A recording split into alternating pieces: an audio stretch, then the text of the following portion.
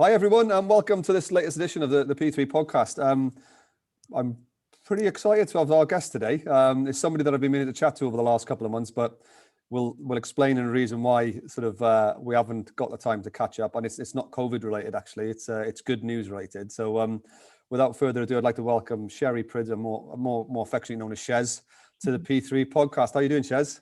I'm all right. Yeah, thanks very much for having me on board. And I'm excited to share the last few months with everyone. I know, and as soon as I'd lined you up anyway, so yourself and Phil from Brother, I was like, right, great. Season 2's coming up with the P3 podcast. Who would I really like to speak to on that? And then the news broke, and I was like, right, I won't quite text yet asking you to come on because I can imagine what your world's like, and we'll come on to that because the people listening will probably won't know. So, whistle stop tour. My understanding, Chez, is obviously in the 90s, 2000s, you were a professional female racer, racing all over the world, having a fantastic individual career. And then you went into cycling management, as we'd call it, for non-cyclists, obviously director sportive, team owner, and obviously owner of your own business with Cherie Pridham Racing. And then for the last 10 years, you've led British-based teams through numerous sort of guises, if you like, to be able to compete at UK and world level. And then I would have thought the last 4 months has been really, really difficult because yet again, you've had to go around that cycle of, really fighting to get team sponsors and to get, keep this team alive, ready for the 2021 season, which of course was not easy with the market within businesses last year, in terms of putting their hands in their pocket. And then from my perspective, looking on the outside, out of nowhere, this news breaks where you're going to be a director sportive for one of the biggest teams in the world, Israel Startup Nation. So there's your massive big picture story that I understand it, but let's focus on the last 4-6 weeks. So you've gone from, your baby, your team having to have the difficult decision of folding it to go into an immense job with a fantastic challenge ahead. What's the last 4 to 6 weeks been like? Well, I guess I can probably rewind it to about June, I think, and I was still absolutely certain that Vitus Pro Cycling would be carrying on this year at worst as an elite team, and things look in my mind. I thought, I'm a fighter and I can do this, but it just, as lockdown progressed and the pandemic and COVID kind of still dominating everything, we were dead certain. I think you and I had a chat about potential sponsor, and we were dead close to signing that sponsorship for 3 years. And in my own mind, I was set for another 3 years, potentially with a different title. But we kept pushing, and then I got the devastating news that this particular sponsor had second thoughts. They were going to take their business online, and unfortunately there was no sponsorship for Cherie Pridham Racing or the continuation of that sort of project. So I still believed we could carry through, and even till about August time I still thought, I kept the riders in the picture, and I just said, look, the team potentially is still going to go through. We're still chatting with other partners, but we're going to be an elite team, because there's no way I can run a team on the budget I know I've got then and deliver what I'm used to delivering. And I've always been, a person that if I can't do it well, then there's no point in half-heartedly doing it. And then it wasn't till the end of September that we lost another couple of small sponsors, particularly for the same reason, but also, that made me think, right, I need to figure out what I can do here. I still want to be able to pay the staff and the riders till the end of 2020. As it is, I couldn't. So I needed to come up with something. So I thought, I'm going to have to apply for normal daytime, real jobs, real life jobs, not the cycling jobs. And so I went through that painful process, and it was painful, just dipping my toes into the real world and having to formulate CVs and sit in front of people that are from the real world almost. And that terrified the hell out of me. But I still believe that Vitus Pro Cycling would carry on, till as an elite team. And then we, in a nutshell, we'd had a board meeting, and I think it was that particular day that I knew that, I'm sort of kidding myself right here, and I need to look at reality. And if I take this team through, what happens if we're still in this pandemic in March and April? What happens if I lose the sponsors that I've got on board?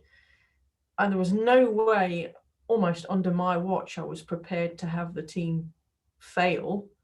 So I made the decision, or we collectively made a decision on board, that we would, it was the right time, if that makes sense, to close the team. And that's kind of how it went. And we gave ourselves till the end of, we said deadline till the end of November, but effectively I think I knew in my own mind, probably middle of November, that the team wasn't going to go forward.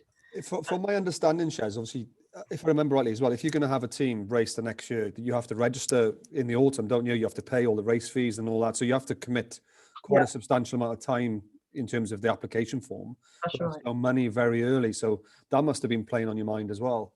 Well, I think some of the pressure, because I'd already in my own mind decided that we were going to run as an elite team, that pressure of delivering the bank guarantees and the funds that we need to pay up front to become or to carry on as a UCI team, that pressure was almost not there. So that sort of relief of having that stress was already gone. Yeah, I can imagine. So obviously there's almost like a perfect storm there as well. I think that obviously you were transitioning out of the back end of 2020 with you needed to change sponsors. So you're transitioning out of a contract. 2020 was obviously a hard one for everybody, especially businesses. So that ability to have that, that corporate social responsibility funding or that external marketing budget was cut back. Yeah. So did it take the pandemic out of it? Were conversations just been more difficult than ever? Because obviously you've been through that before. You've rebranded. You've had new sponsors many times in your career with the teams you sponsored. Was last year just like no other level?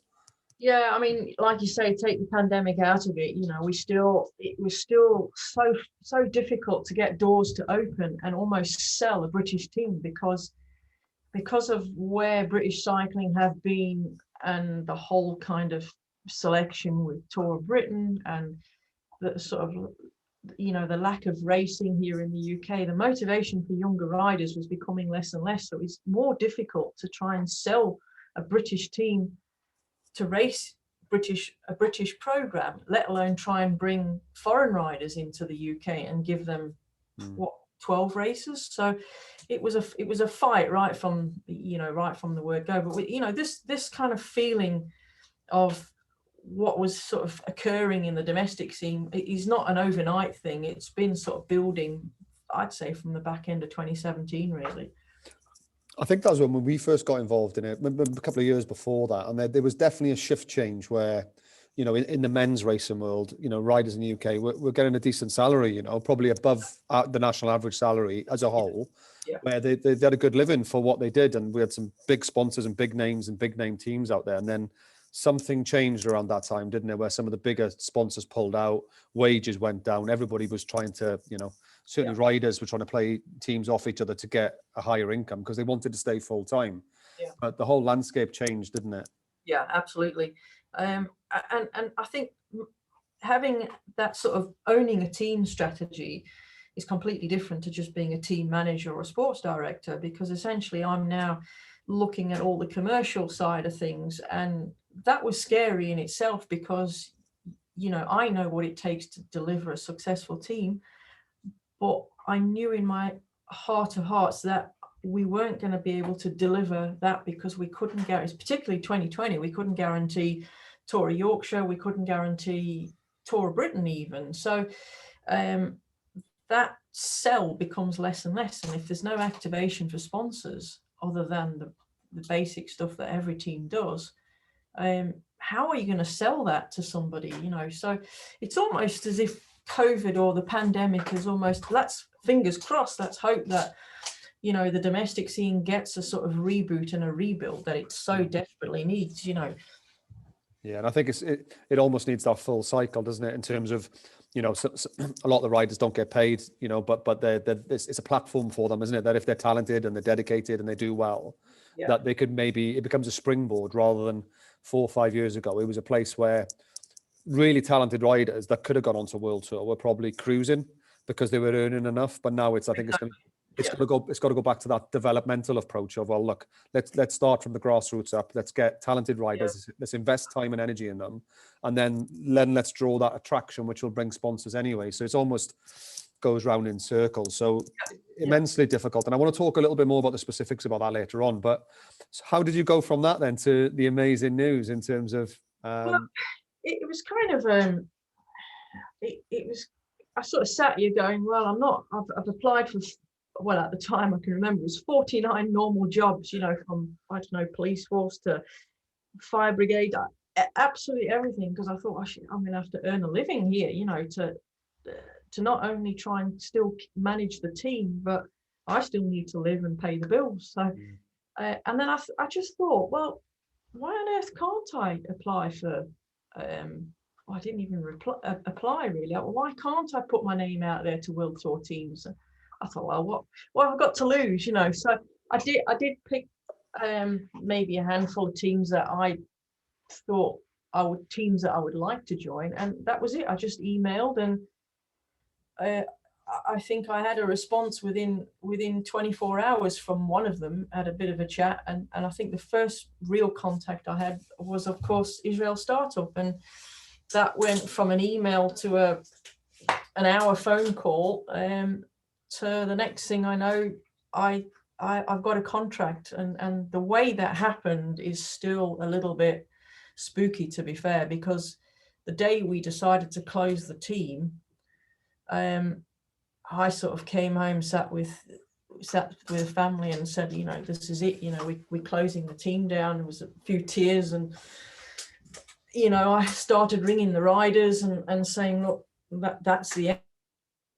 We sat down for tea and opened up a bottle of wine, and I think it was about 9:30. I had an email from Israel Startup Nation going, you know, please have a read of this. This is, you know, we'd like you on board. This is your contract. And it happened the same day as I closed the team down. So that's how bizarre it was. And I cried like a baby. I couldn't. Sort of the pressure of closing one side down and the heartache of I don't know, 12 years of building everything that we had up to the end of that team, to then starting the next chapter and realizing, you know, is this really happening? Can it happen that way? And and then it was sort of, we had about 2 or 3 weeks where I didn't hear anything, and I was waiting for the contract, and I was like, well, you know, at least I've tried, you know. And then all of a sudden it came, and I don't know, it was just the most bizarre day ever.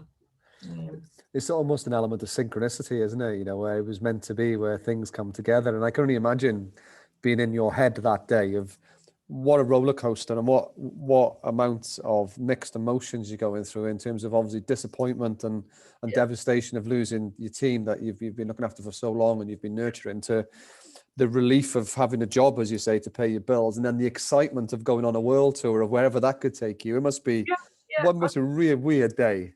To be honest, the emotion of closing the team down, it was an emotion of almost relief. I can't explain the relief I had when I did decide to close the team, because all of a sudden, all that sponsorship, equipment, rider, race program issue was just gone. And it was a massive relief, and I almost needed some breathing time for that to happen, and then kind of start thinking about where I was going. But in less than a few hours, I knew where I was going, and I never really thought about the significance of the ISN role until I think probably a day or two after they made the announcement. It's amazing. So you obviously backed yourself, though, in terms of, you know, well, like you said, and what people don't realize, and I know it's not something you labor on, and rightly so, but you are now the first ever female director sportive of any sort of World Tour men's cycling team. So you have broke through that glass ceiling, and because of that, the media's gone crazy, you know, and we've seen that. We've shared articles that I've stumbled across that you probably haven't seen, because it has gone mad, and the demand for your time has been huge. So the fact that you've been proactive and backed yourself and gone for it, you know, is a massive testament to yourself, isn't it? In terms of, right, why not me? Yeah, and I think that goes as far back as when I was, 11 years old and having to race with the junior boys, because there wasn't girls racing, and the whole way through, without even thinking about my life as it is I never really gave it much thought. I just sort of cracked on, and I think swimming the earth for something is something I've probably always done without thinking about it carefully. I mean, even when I wanted to turn professional, I never gave it a thought. I knew exactly when I finished my degree in Cape Town that I had a British passport and I was going to come back to the UK and I was going to ride for Great Britain. I didn't know how that process all unfolded, but I did it because in my mind, that's what I want to do. And it's always been a goal and an ambition of mine to one day be at a Grand Tour. And that's as far as I thought, as far as my ambition went. And I think that's just followed me through my whole sort of rider stroke management career. Even when I became a sports director in the UK, I was the only female at Conti level, I think for a long time. There might be one or two now, but so I don't give it much thought. Yeah, that's great, and it obviously proves to work for you, doesn't it? Because, like you said, I knew where I wanted to go, and I need to head in that direction. I'm just going. Yeah. And you just make it work, don't you? Everything just falls into place, and through dedication, good positive relationships, and I like that, and obviously being highly competent, it sort of pays off. I wouldn't mind revisiting that point. You touched on racing as a junior and racing against the boys, and that in terms of if you could paint a picture for the racing environment, because again, female bike racing, certainly in my, funny enough, Geraint Thomas, obviously the Tour de France winner, is on this series as well, on episode 1, and I was chatting to him about the common ground with myself and him as being brought up in South Wales, and I said to him, I'm only a few years older than you, and if I turned up at my local rugby club in Lycra on a bike with my legs shaved, I would have got my head kicked in. And he giggled his head off and he went, I nearly did. He said, so, I'd have to wear tracksuit bottoms for PE in school because I didn't want the lads to take a mickey out of me, because I was the outlier. Nobody else was riding bikes. Yeah. It was my passion and my love. So what was it like from your perspective then, growing up? Yeah. Before I carry on, the pup's just woken up, so I'm going to have to just kick him out, Phil. It's all right. Go for it. Come on, Babs. Go on. Are you going to go out?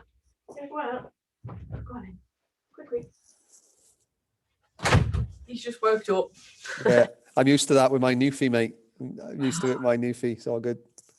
Do you want to run that question again, and then you can cut that bit out or something? Yeah, no worries. I wouldn't mind revisiting your childhood with racing bikes, and obviously being a female racing against the lads and that, because I was chatting to Geraint Thomas on another episode of this season of the P3 podcast, and we were talking about being brought up in South Wales, early to mid 90s. And I certainly said from my perspective that if I turned up at my local rugby club in Lycra, and I rode bikes and I shaved my legs, I would have probably got my head kicked in, or, it was so far from the norm even then. And we're not talking that long ago. When he said it was exactly the same for him, he'd have to wear, tracksuit bottoms to school because he didn't want the other lads to know he shaved his legs, because he was competing at that higher level. And bear in mind, obviously, the culture there is mostly rugby, big burly men. He said it was really challenging for him. I mean, what was your sort of introduction to it like, and where you were brought up? Again, I never ever have given it a thought, the fact that I'm a female and there are males. I've just gone about being me. I've genuinely never given it much thought at all. There obviously are always challenges that you have to face, particularly those of back when I was younger, having to race with men or boys, and then effectively when I came here, a lot of the elite women here in the 90s were having to race with the men to get that strength of competition in order to prepare for bigger races abroad. So I genuinely not thought about it, never.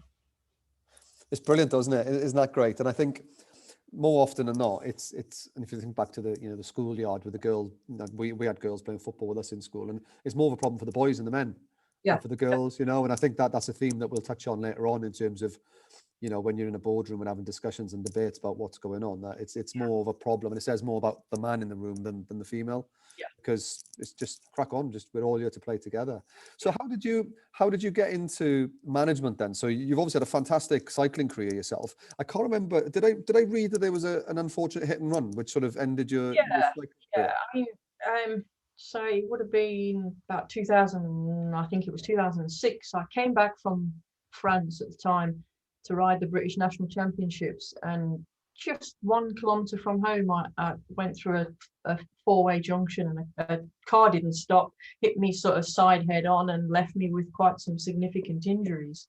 And those injuries almost took about 18 months. I had both of my shoulders broken, collarbone, jaw, hip, and so on, wrist as well.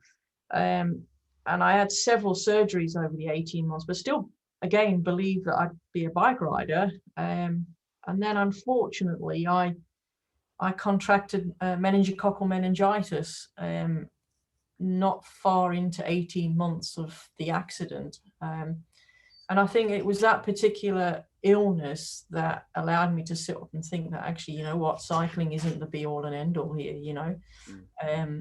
And I was fortunate at the time that Eddie, my partner, was involved in sports as a team manager for GB juniors, and I learned sort of shotgun with Eddie. For probably 2 years or so, I sat next to Ed and learned, I guess, the essence of driving in convoys and team managers meetings and everything like that. So, but I still never thought that that's the direction I would go in. And then, as a consequence of the accident, I just signed a sponsorship deal, and that sponsorship deal now couldn't go ahead because obviously I wasn't going to race at the level we thought. So the sponsor at the time just said, look, why don't we create a little junior team? And that was a men's team. And I think that's how, it's just how it started. I started off with 4 and then 6 junior riders, and we were one of the top junior teams in the country. And we sort of took those riders to under 23, and it wasn't long before we were noticed. And then Rally UK sort of approached us, and then the rest is history, as I say. Left the gap there. Do you want to let the puppy in, or? No, it's okay. No, that's okay, cool. Oh, so that makes a lot of sense in terms of how you've bridged that, and then obviously we know the next sort of few years and the success you had in UK and overseas. I really want to get into this, the concept that I really want to talk to you about, this women in leadership, and obviously we won't go into specifics in terms of names and locations, but how tough have you found it, going into boardrooms, trying to get, boards on side and sponsors on side? Have you found it a challenge as a woman? Yes and no. I think it's the mindset that you have to have when you go in there, and confidence is absolutely everything. But don't get me wrong, there's always one, or there's always someone that you come across who will not necessarily, they'll be talking to you, but not necessarily talking to me directly. They'll be talking to the others, whereas I'm the one that's making the decisions. And I think you're always going to have that. It's just how life is. But I think it's how you manage that position. But you do have a lot of instances where you come home and you think, bloody hell, that was tough, just for God's sake, just accept us for who we are and what we do. If you're good enough for the job, then whether you're male or female, then you should be able to, just get the job. Yeah, exactly. It's the right person for the job. The rest of it doesn't matter. Yeah, for sure. And I was telling you a story sort of offline earlier about, there was a moment where I had one of our female consultants with us, and we were presenting a report to a board, and I presented my element and my consultant presented theirs, and then the board just started talking to me again about the points raised by our consultant, and I was like frowning. I was going, why are you asking me? You know, ask the person. Ask this person. They're the ones who got the information. And Yeah. it does. I think I could have done more, to be honest. Because if I did something, I probably didn't do enough. And I think that's part of the problem, in Yeah. terms of, Yeah. I said, well, what do you think? You know, rather than that, where I should have probably called it out. I've gone, you know, guys, why are you chatting to me? You know, I'm not briefing you now. It's this person. So chat to them. And I think sometimes, especially the old school men, shall we say, that they just need to be embarrassed a little bit sometimes. You know, just for acceptance. Yeah. What about moving forward then? So plans, excitement. Obviously, you could be going anywhere this world, COVID dependent. I'm excited. I think the excitement's almost past now. I'm sort of at the stage now where I just want to get cracking. You know, we've already had a sports directors meeting in December. The excitement was then, if you like, so sort of jumping on the plane and meeting everybody for the first time. And these are sports directors that you only see on telly or in a convoy that you drive past, you know. And so all of a sudden I'm sat with, you know, Eric van der Lanker and Dirk de Mol, and now I'm on a team with them. So it soon wore off, I think, the novelty of and the smile from year to year, when we had sort of 2 days in and we realized, well, I realized, you know, the amount of work that we've got to do to make this team successful and be a part of a successful team, because that's what we all have to be on the same page, and essentially, you know, we all have to, right from day one, understand what the team's objectives are. So after 2 days, I was like, right, you know, this is it. And now in January, I just want to hopefully get to the training camp and get in a team car and meet all the riders and get the season going. So as we stand, obviously we're recording this in early 2020, and COVID's very much sort of still gripping us, and there's light at the end of the tunnel. Is that still affecting, you know, your planning? Do you know what races are or aren't happening, or are you just planning as if it's all happening? I've certainly got my program, but who knows? You know, we've just gone into lockdown again, and you know, several countries are, and that's one reason why we, as a team, Israel Startup Nation, are not traveling to Israel, because it's just too risky, and it's just too much. There's too much risk and cost involved, you know, to even, you know, put so many people at risk, and we just have to take that as it comes. You know, I hope we can travel when I need to travel, and we'll do the necessary paperwork. But at the end of the day, if a government's saying, you know, the borders are closed or whatever, then there's nothing I can do about that, you know. Yeah, for sure. Can you give us an insight in terms of, you know, from an outside looking in at the WorldTour cycling? So I can only imagine the logistics put in place. Now I know that there's so many races that, you know, the whole team's going to enter, but there could be 3 teams racing on the same day in different parts of the world. I mean, most of so to give you an idea of the size of ISN, I think as a whole, including the continental team, we have just over 100 staff members. And that involves 32 WorldTour riders, and then the Conti team. I think there's 12 riders on the Conti team, plus the staff, and there's over 70 staff members for that. So you can imagine that the logistics of working the race program is just mind-blowing, you know, just to see well over 300 races on the calendar, and how, you know, 2 sports directors, 3 sports directors, 4 mechanics, team doctors, masseurs, you know, bus drivers, how that is split across, you know, across the board. So it's mind-blowing, really. Yeah, I can imagine. What's the contrast like? Because obviously with Vitus and all your teams before, you literally did everything. Yeah. Are you having to be more specific now in terms of, you know, your role? Yeah, effectively, that's all I am, is a sports director. You know, oh, sorry about that. That was a doorbell. It's all right. Go for it, mate. It's all right. But effectively, it's not me. It's just come through on the computer. Yeah. So if effectively with my job is I'm just a sports director. Part of a group of sports directors that are you know, underneath the general manager and the head DS. So yeah, there's plenty of other people. I'm still learning, who's who, and there seems to be so many different people doing, like you said, that the job that I used to do. So that's taking some getting used to. Yeah. But they have the same issues, the same challenges as I did when I owned the team, just on a massive scale, as you can imagine. There's bikes and kit, and particularly now, I'd be stressing terribly if I was still running a team here and thinking of the challenges of how to get a British team across to Europe. Just the insurances alone, and the COVID the PCR tests that we have to do 3 days prior to travel, getting a PCR test now to come back again. So that's a major logistics challenge that we've never faced before, let alone bring the word Brexit into the whole, the whole challenge. So, but to see the last few weeks, to see the build of the training camp and the amount of effort that goes into, it's kind of a nice relief that I'm just a sports director at the end of the day. I can imagine some of the conversations later on in the season where obviously you get to know the wider team, and especially the logistics and the support team, and they'll be telling you the challenges, and you'll be like, yeah, I know that challenge.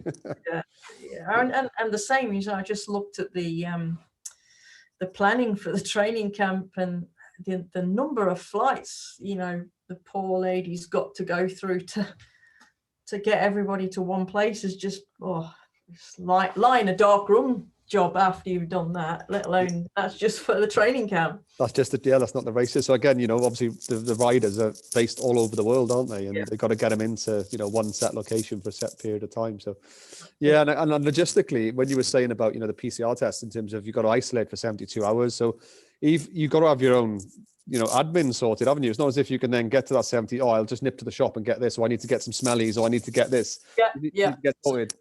So currently how it works is, if you're traveling now, you need to get a PCR test, which you have to pay for. It doesn't get paid for by the team. However, when you are with the team and you need a PCR test, and obviously then things are covered. But because I'm commuting, I take care of that. So every travel I leave the UK for, currently I need a PCR test, and that has to be done 72 hours before travel. And that's without the paperwork of that particular country that you might be flying into. There's certain apps that you have to log on, a bit like our NHS tracing app, So there's one of those for every country that you go to. And again, every country is different. So, I'm heading to France after the training camp, hopefully. And the paperwork that I need to do is, I've just been sat most of this morning trying to prepare for all of that. Yeah, this sounds like, and it's going to be here for a while, isn't it? I don't think anything's disappearing sort of this year, and we'll have to get used to that.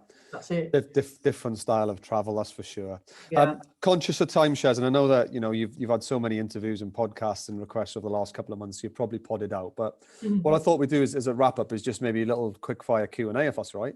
Yeah, no problem. Fire away. Yeah, okay. So from a rider's perspective, when you were riding, what was your proudest moment?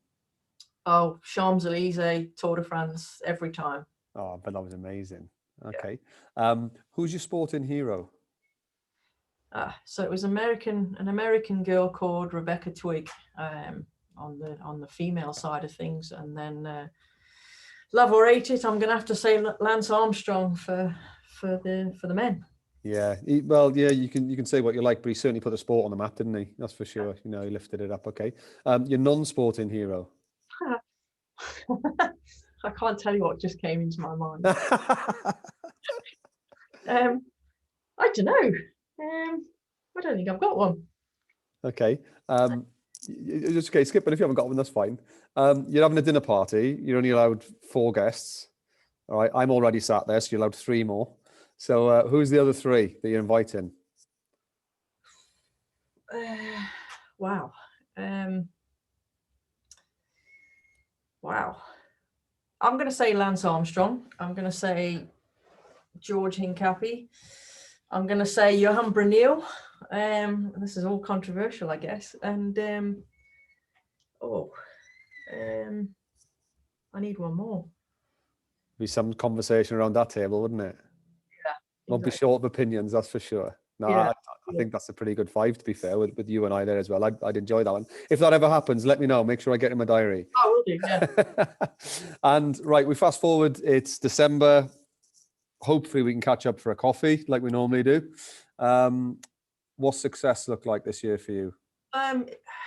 Easy. If I can win one race as a sports director with ISN, that will be feet under the table and pointing in the right direction for 2022. Oh, brilliant. Great stuff. Well, what we'll do, Chez, is obviously wherever we share this and all the platforms, we'll put all your links down for your social media platforms, and the same for obviously the cycling team with ISN. They can come and follow you, and we'll follow you closely and the team throughout the season. And I hope that races go ahead. I hope that, we can get some sort of normality back as soon as we possibly can for all of our well-being. But from everybody on the P3 podcast, I really appreciate your time in such a busy period. And from a personal level, I'm absolutely made up for you and chuffed to bits with what's happened, as difficult as it's been, and you're where you belong. And I wish you every success in the future. I appreciate it, Phil. It's always good to talk to you, and your support to me over the past, personally and professionally, has been amazing. So it was a no-brainer just to come and have a bit of a chin wag with you, to be fair. Breaks the day up as well. Get you away from those bits of paper. Yeah, great. Thanks very much, Chez. Take care. No worries. Thank you.